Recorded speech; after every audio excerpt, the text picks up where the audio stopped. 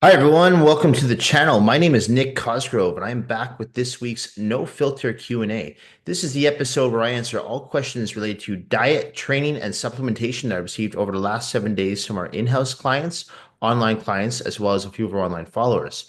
Remember, if you have any questions related to your nutritional plan, workout program, supplements you are currently taking, not taking, or considering taking, please feel free to email me those questions at nick@foreverfitperformance.com, or you can DM me your questions on my Instagram at fitcosgrove_. All right, let's get started with this week's no filter Q&A with question number one. Nick, how would you recommend I get started with weight training if I've never lifted weights before?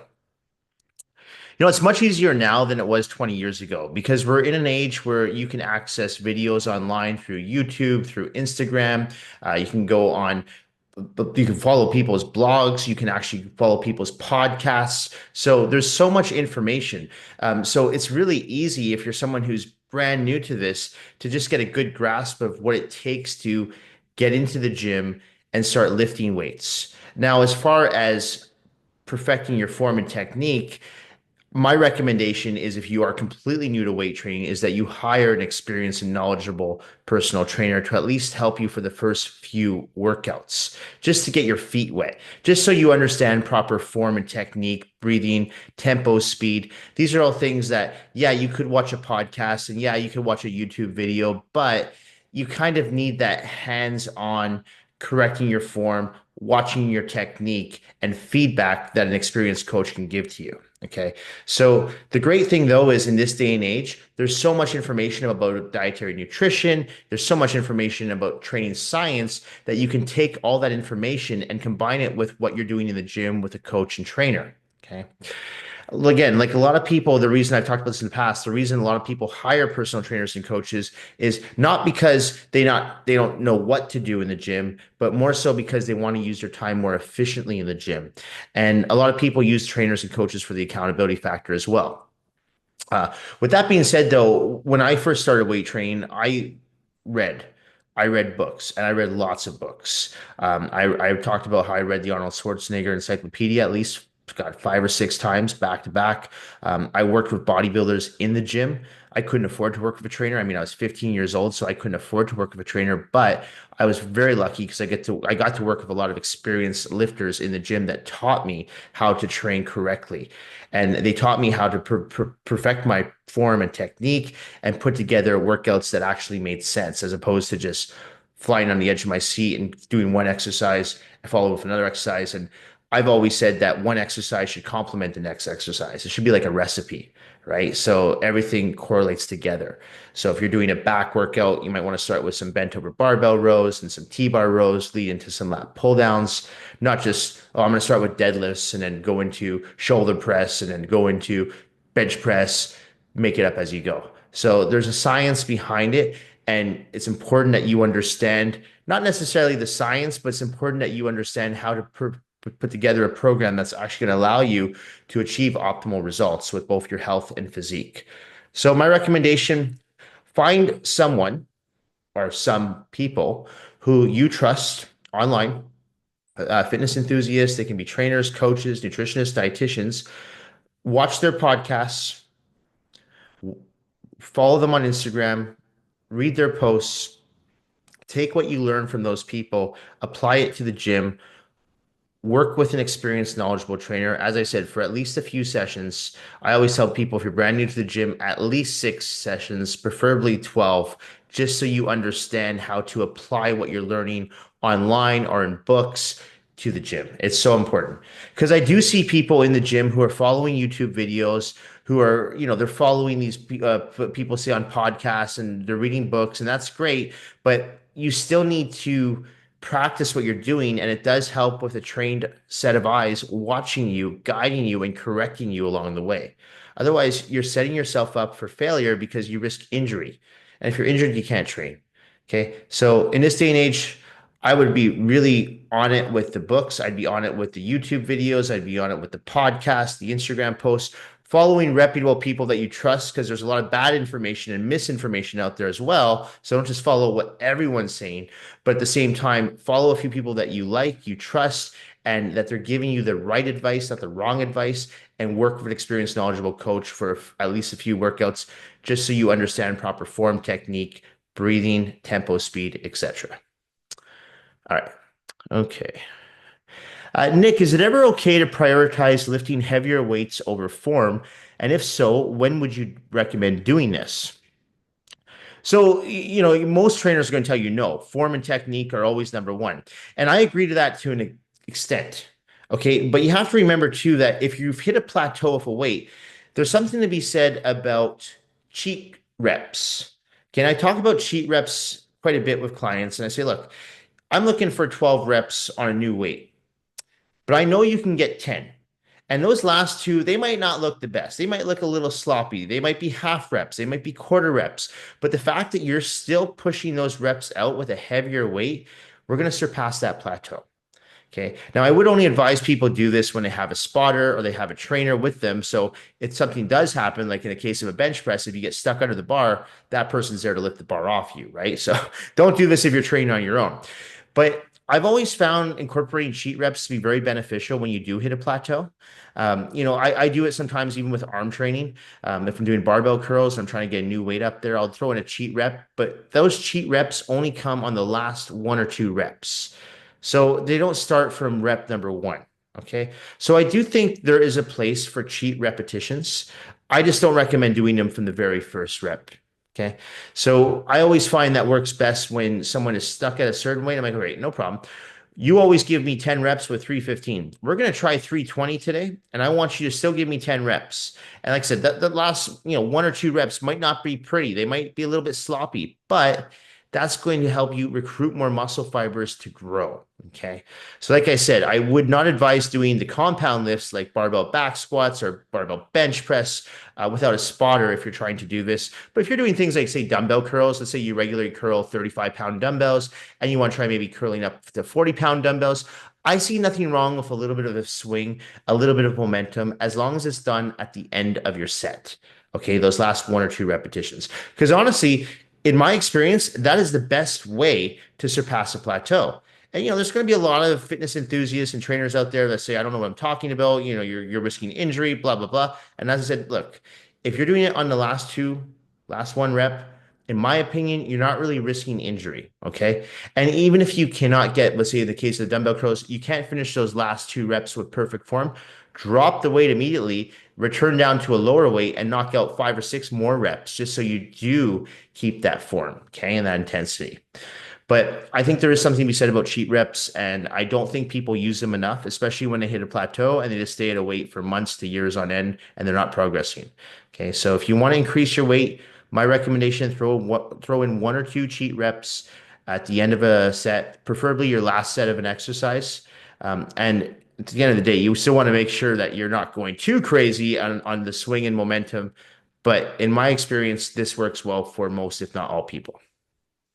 All right. Nick, what's the difference between training for strength versus training for hypertrophy? So training for strength is what powerlifters do, right? Powerlifters' main objective is to lift the most amount of weight. So in this case, it's not necessarily about building and sculpting your muscle bellies, which is what hypertrophy is. So hypertrophy is what bodybuilders do, right? That 8 to 15 rep range. That's going to allow you to build solid, lean, dense muscle and also sculpt that muscle. Whereas powerlifting in that 1 to 3 rep range is purely for raw strength. And you look at a lot of powerlifters and they're a lot stronger than bodybuilders. Actually, I would say all powerlifters are stronger than bodybuilders. But a bodybuilder's main objective is not to lift the most amount of weight. The bodybuilder is training primarily for aesthetics. They want to sculpt their body like a piece of art. Okay. So my main objective for me, even though I don't compete anymore, I still consider myself to be a bodybuilder because I'm still training for the aesthetics and yes, of course, the health and fitness, but I always train to sculpt the muscle. I want to create that solid, lean, dense look. I've never been someone who really cares as to how much weight I lift. Okay. If I was a power lifter though, that would be my main objective going into the gym. Okay, today I'm going to deadlift 500 pounds for 1 or 2 reps. That is going to help a power lifter build strength, okay, for his or her competition, or if they're just doing it because that's their hobby and they love powerlifting. So that's the main difference. Strength training is usually in that 1 to 3 rep range. Hypertrophy is usually in that 8 to 15 rep range. Okay.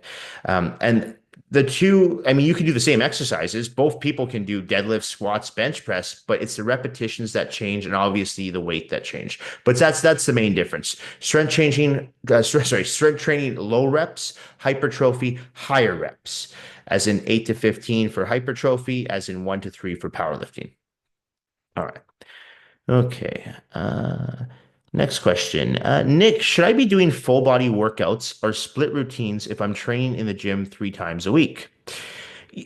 Personally, I'm not a fan of full body workouts. The only time I utilize them is if I'm working with someone who can only get in one workout in the whole week. So, say I have a client who's been away all week and they can only fit that one workout in, I'll do a full body workout with them. Okay. But rarely do I recommend if you're in the gym 2 or 3 times a week to ever do full body workouts. Why? I'm a huge advocate of split routines. I'm a huge advocate of training specific muscle groups together or on their own, depending on your frequency in the gym, to avoid injury and also to increase the potential for results. So if you can hit a muscle group with higher amounts of volume, higher amounts of reps, sets, weight, it's going to grow. It's going to respond. Okay. If you're going into the gym 3 times a week and you're doing a full body workout, even if that full body workout is different, let's say one week or one day you're doing bench press, you're doing squats, and you're doing deadlifts. The next day you're going in and you're going to do flat dumbbell bench press, and you do walking lunges, and then you're going to do hyper extensions. So both workouts, you're still working the chest, you're still working the legs, you're still working the back, right? But in my opinion, you're not giving your body enough time to recover from those workouts, even if you're hitting them with low volume. I'm a true believer that if you hit a muscle group, hit it once a week, leave it alone. Don't hit it again. Okay. This has worked really well for myself and others who I've trained over the years, and others who I've seen too, not just people I've trained, but I mean, you can see it online. You can see bodybuilders who've got amazing physiques, and most, if not all of them, train each muscle group once a week. Okay. So the only time I would utilize full body workouts is if you are training once a week. In your case, if you're training 3 times a week, my opinion would be to put together a training split that would look something like chest and back day one, shoulders, biceps, and triceps day two, quadriceps, hamstrings, glutes, calves on day three. And you can throw in some abs on one or maybe two of those days. Okay. But that'd be my recommendation. I would not recommend doing 3 full body workouts a week because you put yourself more at risk for injury. And at the same time, I don't really feel that people can progress with their physique when they're overtraining a muscle group. Okay. And by overtraining, I mean you're not really resting it, because if you're training, let's say Monday, Wednesday, Friday, and you do deadlifts on Monday, and then you do hyper extensions on Wednesday, and you're like, you know what, I'm going to do some T-bar rows on Friday, you're working the back too much and you're not allowing it to recover properly. So you're better off putting all those exercises for your back on that one day, let's say it's Monday, and then not do it again till the following Monday. I promise you this works. We know this works. This allows you to not overtrain and allows you to actually stimulate and not annihilate your muscles, and allows your muscles to rest, to recover properly. So full body workouts, I'm not a fan. The only time I recommend doing them is if you're only in the gym once a week. Then and only then I can see using them. But other than that, I would stick to a training split that you're working different muscle groups on each workout. Okay. Uh, Nick, what should I eat before and after my workouts for optimal performance and recovery? I've touched on this on the past, and it's not necessarily a certain food that you should be looking for to eat pre-workout versus post-workout, because let's face it, people have different preferences, people have allergies, people have different digestive tracts. So you can't just tell everyone, okay, you need to have oatmeal before you work out and you need to have chicken and rice after you work out. You can't do that. Okay. So what I typically tell people when they're asking me, what should I do about pre and post workout nutrition? I ask them questions. I say, well, hey, what time of day do you work out at? I'm working out. If someone's telling me they work out at first thing in the morning, I'm like, okay, well, are you hungry first thing in the morning? If they say, no, not really, I'm like, okay, well, why don't you try training in a fasted state? Oh, that works really well for me, actually. I have more energy. Great. There's nothing wrong with that. And then post-workout nutrition for that person, I'm going to recommend a a lean protein source. Okay, so that could be something like a turkey breast, complex carbohydrate source. So that could be something like quinoa, rice, yams, sweet potatoes, and then a healthy fat, which could be something like some avocado, extra virgin olive oil, maybe a tablespoon of peanut butter. Okay. For someone who says they work out later on in the day, I might suggest to them, I'm like, okay, well, you've been up for a few hours, so you might want something pre-workout just to replenish those glycogen storages before you go into the gym and hit it hard. So in that case, I do recommend a lean protein with a complex carbohydrate source. So that could be something like a third of a cup of oats with a scoop of protein powder, or that could be two slices of Ezekiel bread with maybe some egg whites. Okay. So you're looking for that lean protein complex carbohydrates. Notice that I left out fats. Why? Because fats take longer for the body to digest. So I typically recommend that people avoid fats pre-workout because the last thing you want is working out while your body's trying to digest foods. You want something that's quick and easy to digest. And that's why I recommend a lean protein source with a complex carbohydrate. So it's not one particular food, it's the macronutrients that you're using pre and post workout. Don't fall victim to the whole post-workout shake. I talked about this last week. Not necessary. That's something that the supplement companies have pumped out for years on end. There's what I call bro science. There's no actual science backing this. The whole ideology behind that claim is that protein gets absorbed quicker and more efficiently in liquid form versus solid form. Not true. You want to make sure that you get some form of protein within a 2 to 3 hour window after your workout, but it doesn't need to be immediately after your workout. I promise you. Okay. And same thing with pre-workout nutrition. If you notice that you yourself take a little bit longer to digest your food and you work out better in a fasted state, my recommendation to you would be to train in a fasted state. I would advise everyone, though, across the board to train in a hydrated state. So whether that means drinking a little bit of water before you work out, while you work out, or even after your workout, just make sure that your muscles are hydrated, okay? Because a dehydrated muscle is a muscle that becomes weaker, a muscle that gives out faster, and a muscle that is more susceptible to tears. So make sure you're hydrated. That's the number one most important take-home message here. Hydration is key. All right. Okay. Nick, what are your favorite exercises that most people overlook or don't do enough of? Hmm. You know what I would say? Walking lunges, especially with the guys. I see a lot of people when they train legs, they'll do squats, they'll do hack squats, they'll do leg press, they'll do leg extensions, they'll do hamstring curls, but they don't do lunges.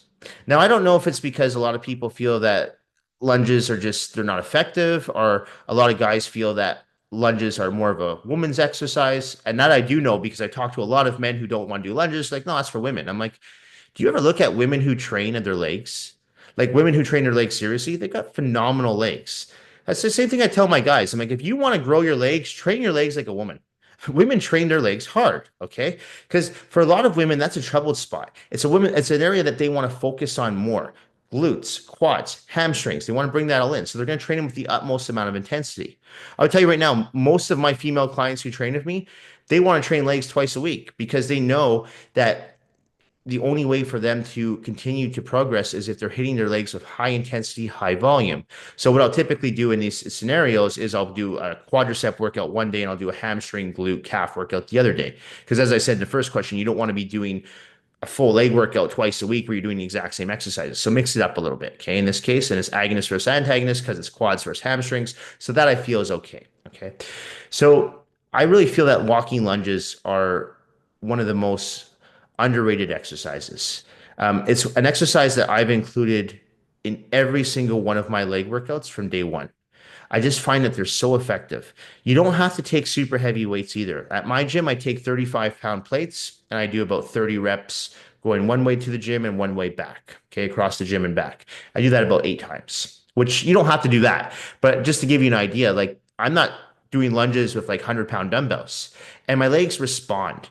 And I can't give you the science behind it, but I truly believe that you're doing something that's natural for your legs. A lunge, in my opinion, is a natural plane of motion. It's a natural range of motion. It's great for your hip abductors. It allows you to be more mobile. It increases your flexibility. So one thing I noticed with people who lunge, they get deeper in the squat rack. People who don't lunge, their range of motion sucks in the squat rack. So I attribute a lot of my leg development and leg development I've worked with both men and women over the years to walking lunges, which is why I say everyone talks about how the squats are the most effective exercise. And I say, I believe lunges are just as effective as squats. I truly do. So yeah, that's the one that comes to mind right now. The most underrated exercise, walking lunges, and it's an exercise that I believe that everyone should do if they really want to take their leg development up to that next level. Okay. Nick, what are your thoughts on the dad bod trend that is now stating that this look is more attractive than lean, muscular men? Um, to each their own, really. I mean, if you truly find that type of physique to be attractive as a man or a woman, I mean, I'm not going to argue with you. That's great. I've talked about the body positivity movement in the past, and I'm not against that. What I'm against, though, is people glorifying obesity. Because to me, when I see obesity, I see laziness. I don't see something that I'm attracted to. And I don't mean that I'm sexually attracted to. It's just something that I aspire to look like. I really try to emulate people who I really like look up to because when I see someone who's in shape, I see someone who's disciplined. I see someone who's focused. When I see someone who's kind of let themselves go, I don't see that. And I know that, I'll get some negative feedback on that and saying, well, that's not very body positivity. You're a trainer. And I'm like, listen, if you're glorifying obesity, you're glorifying type 2 diabetes, you're glorifying high blood pressure. You're putting yourself at risk for all kinds of diseases. Now, when I look at people who are overweight and they're trying to make a change by going to the gym, I admire that and I respect that.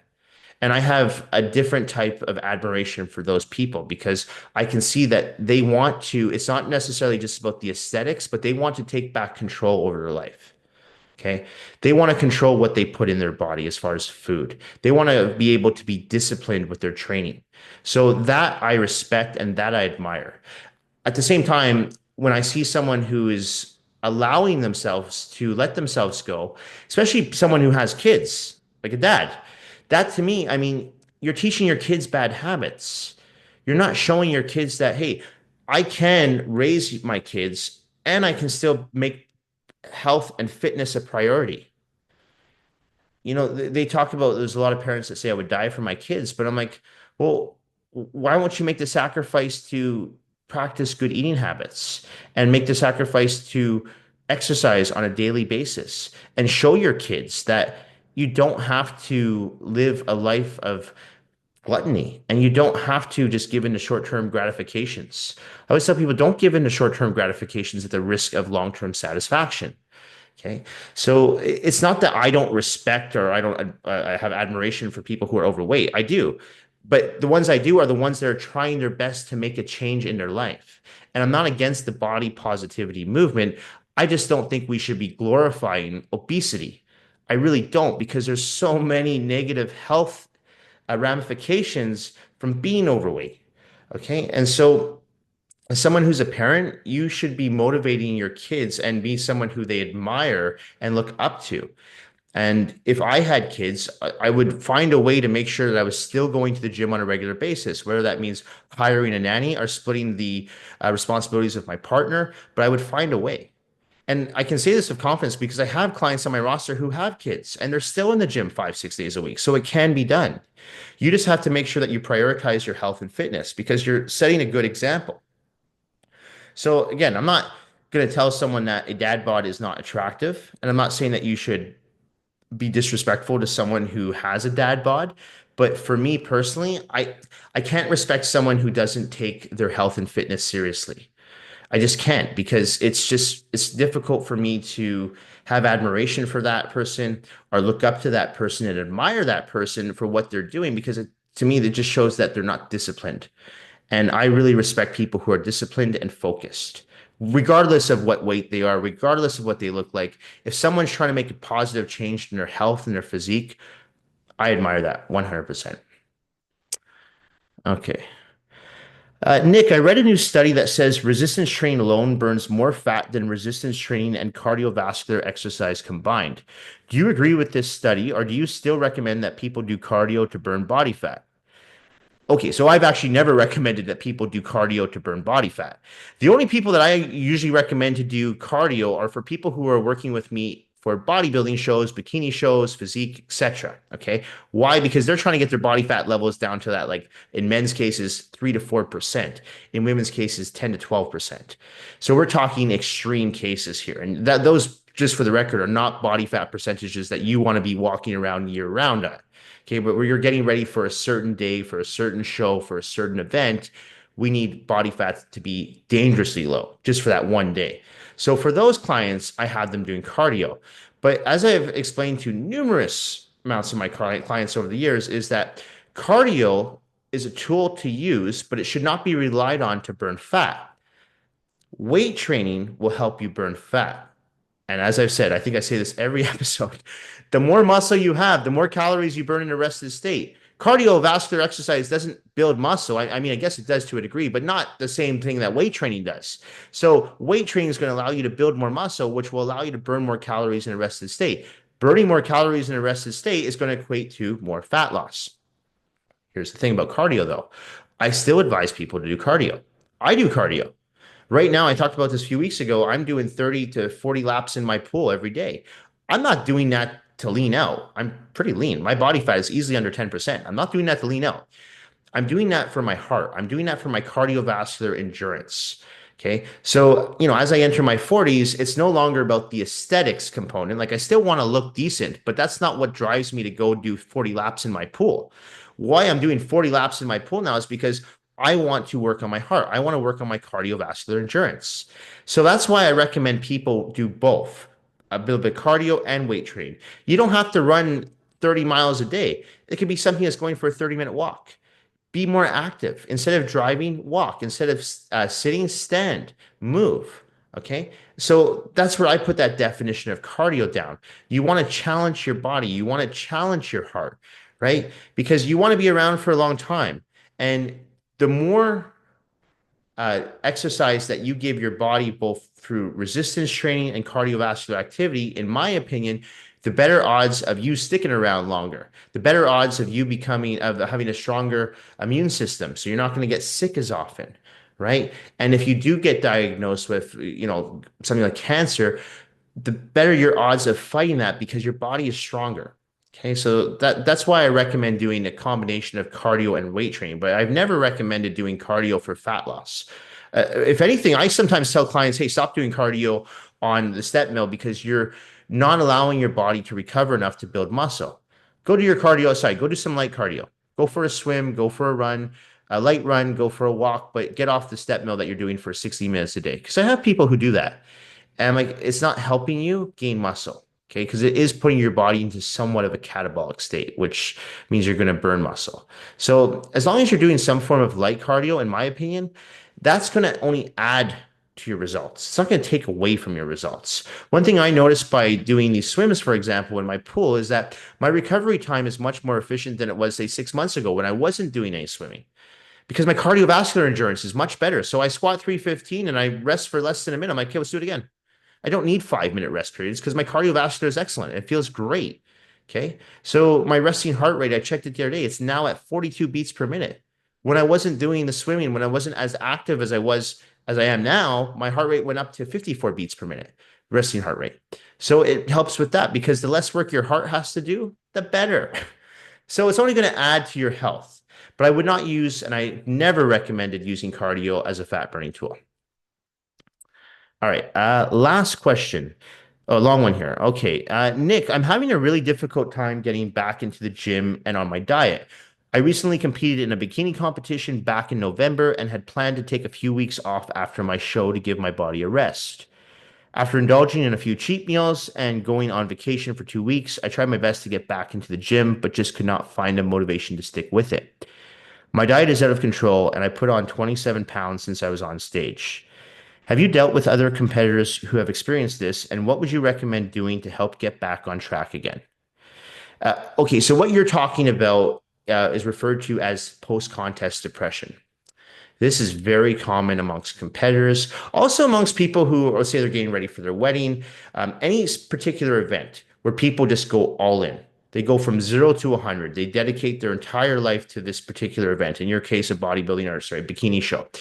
Um, Some people it's a wedding. Some people it's a photo shoot. Some people it's a beach vacation. But whatever that is, they're training for one specific event, one specific day, or maybe a few days. And then what happens is when that event is over, it's almost like they have no purpose, right? They've gone so extreme on the diet, they've gone so extreme on the cardio, they've gone so extreme on the weights. And now that the event's over, it's like, well, what do I do now? I'm lost. They dedicated so much time into this event. And so it's almost like you're wandering around aimlessly, going, well, what do I do now? And this is why I tell people it's so important to constantly set new goals. And in your case, I don't recommend setting necessarily aesthetic goals. I recommend setting, okay, you know what? My show's over, but I want to increase some of my lifts in the gym. So I'm going to allow my body to eat more food, good food, but I'm going to start allowing myself to relax a little bit on the diet and get more calories in so I can increase my strength again. Your new goal could be maybe you want to train for another event. If it's maybe not a bikini show, maybe you want to train for a marathon. Okay. So it's constantly setting new goals. I experienced post contest depression myself, actually. It was after my first show because I put everything into that show 16 weeks, hardcore dieting. I didn't miss a cardio session. I was going for an hour of cardio a day back then. I was like very young at the time. I think I was like 20 years old. And at the same time, I was doing this crazy dieting where I was just doing like lean proteins and basically no carbs, very little fat. So I was starving my body. And then at the end of the show was finally done. I won the show. Well, I won my class. But after the show, I'm just like, no, now I can eat. Now I can take my foot off the gas. And same thing happened to me. I started putting on weight. Most of that weight was water, but some of it was fat, and it didn't feel good. Okay. Especially when you were looking great 1 week ago, and all of a sudden now you look like a pile of crap because you're holding all this water, all this sodium, and you don't feel good. So I understand what you're saying. But it's not too late. It's just that you have to change your mindset. And the mindset can't be, I want to be a size 00. That can't be the mindset because then you're going to go back into those habits again and you're going to start overtraining. You're going to start over dieting. You're going to start doing too much cardio. And so what's going to happen? You're going to fry out your adrenal glands and you're going to burn out. It's the same thing as mental burnout. Someone who works nonstop and never takes a break. It's a mental burnout. So in this case, you fried out your adrenal glands. What happened was you were following a plan that was not sustainable. And as I've talked about numerous times in the past, if you're following a plan, whether it's a training program or a nutritional program, if it's not sustainable, it will not be successful long term. Period. It won't. I've seen so many people go on these fads, ketosis diets, intermittent fasting diets. They go on these crazy training programs where FST programs or whatever it is. And the thing is, I'm like, that's great. It's going to get you short-term goals, short-term results, but it's not realistic because it's not sustainable to follow. So you need to put together a plan that is sustainable to follow. Okay. So only you can do that. And if you feel that you can't do that, then I would advise you to work with a trainer, coach, dietitian, nutritionist, someone or some people that can help you get back on track because you're on a slippery slope now because you don't want to keep going back down, down, down because it just gets harder to get back up on the mountain again. Okay. So my recommendation to you would be to switch your mindset, set new goals. In your case, I wouldn't recommend those goals be aesthetic. I'd recommend there's something else. Like I said, it could be maybe training for a marathon. Could be like me going downstairs in my pool and saying, okay, I started with 10 laps. Now I want to do 20 laps. Now I want to do 30 laps. And I want to do 50 laps. And I want to make sure I get them in under 15 minutes. That's my goal. Has nothing to do with aesthetics, just because that's my new goal. So something that revolves around health and fitness, exerting energy, moving your body, but the goal is different. That would be my recommendation.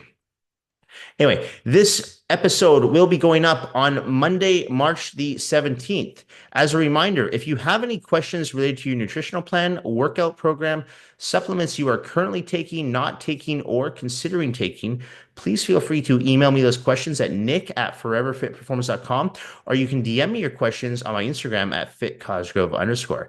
Thank you all for watching. Thank you for supporting my online coaching business as well as my in-house coaching business here in Vancouver, British Columbia.